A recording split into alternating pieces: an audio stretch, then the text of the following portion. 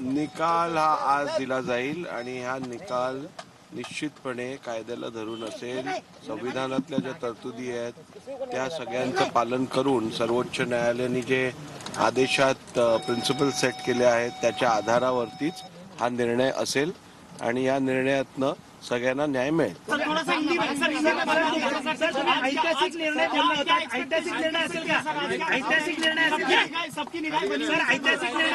या निर्णयातनं 10th schedule मध्ये ज्या बाबींचं इंटरप्रिटेशन आतापर्यंत झालं नव्हतं त्यातून निश्चितपणे हा अत्यंत मूलभूत आणि अत्यंत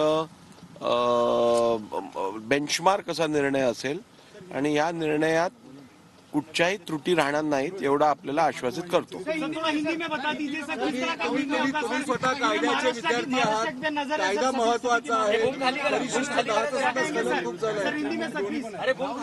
मी आपल्याला सांगितल्याप्रमाणे कायद्याचं तंतोतंत पालन केलं जाईल।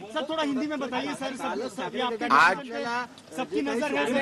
अपात्रता के याचिका के ऊपर सुनवाई पूरी हो चुकी है और मैटर ऑर्डर्स के लिए रिजर्व किया गया है। इस मैटर के ऊपर आज निर्णय दिया जाएगा। ये निर्णय संपूर्ण रूप से कानून को में जो प्राविधान है, संविधान में जो प्राविधान है और सर्वोच्च न्यायालय ने जो प्रिंसिपल सेट किए हैं उसके आधार पर ही ये निर्णय लिया जाएगा।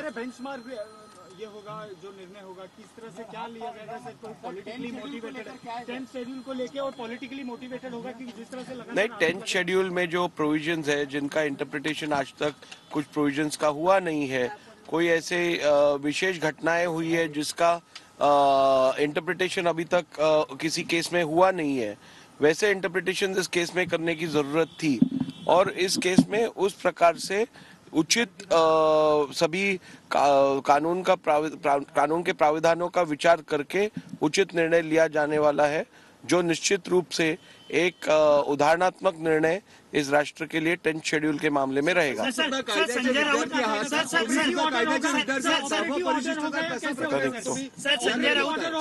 राऊत म्हणतात की अध्यक्षांनी दिल्लीतून हा निकाल आणलाय। आता उद्या संजय राऊत बोलतील अमेरिकेतनं आणलंय, लंडनवरनं आणलंय, त्यांच्या बोलण्याला काय अर्थ असतं का? कशाला त्यांच्या कॉमेंट्सना उत्तर देऊन उगीच त्यांना जी स्वस्त पब्लिसिटी हवी आहे त्यात वाव देण्यासारखं आहे। त्यामुळे संजय राऊत सारख्या लोकांना बेस्ट इग्नोर्ड।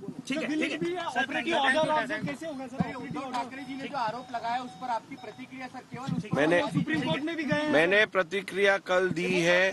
मैंने आपको बताया है जो व्यक्ति भूतपूर्व मुख्यमंत्री रहा है उसे विधानसभा अध्यक्ष का रोल क्या रहता है, उनकी जिम्मेदारियां क्या रहती है, उनको क्या क्या काम करना पड़ता है।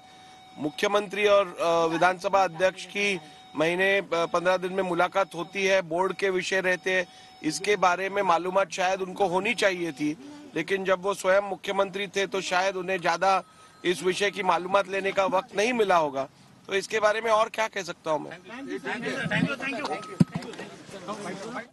विधानसभा अध्यक्ष राहुल नार्वेकरांनी ही प्रतिक्रिया दिलेली आहे। त्यांच्या प्रतिक्रियेनुसार आजच्या निकालात सगळ्यांना न्याय मिळेल असं नार्वेकरांनी म्हटलेलं आहे। निर्णय हा बेंचमार्क ठरणारा असेल असे त्यांनी म्हटलेलं आहे। घटनातज्ञ उल्हास बापट हे सुद्धा आपल्या सोबत जोडले गेलेले आहेत। उल्हास बापटजी, स्वागत आहे TV9 मराठीमध्ये। आजच्या या सगळ्या निकालाकडे आणि आता राहुल नार्वेकर नेमकं काय बोलले हेही तुम्ही ऐकलेलं आहे।